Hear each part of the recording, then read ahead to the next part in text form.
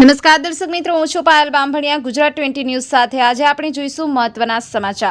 ધોળકા ખાતે રાજપૂત છાત્રાલયમાં દિવ્યાંગ લાભાર્થીઓને સાધન સહાય આપવાનો કેમ્પ યોજાયો।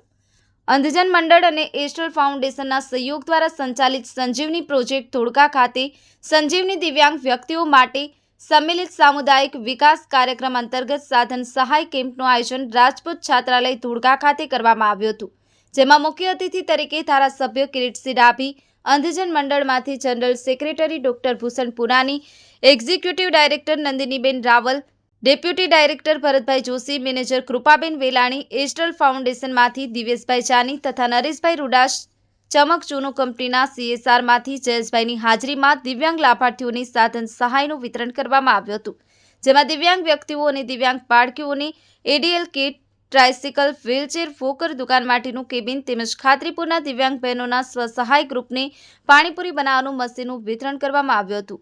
સંજીવની પ્રોજેક્ટ ટીમના સભ્યો કમલેશ વાળંદ, દ્રષ્ટિ શ્રીમાળી, ટ્રક્ષા મૈત્રી, તૃપ્તિ પરમારે આ કાર્યક્રમને સફળ બનાવવામાં ભારે જહેમત ઉઠાવી હતી। આપણી આસપાસ બનતી ઘટનાઓના સમાચાર જોવા માટે ગુજરાત 20 ન્યૂઝને લાઇક કરો, શેર કરો અને ચેનલને સબસ્ક્રાઇબ કરો।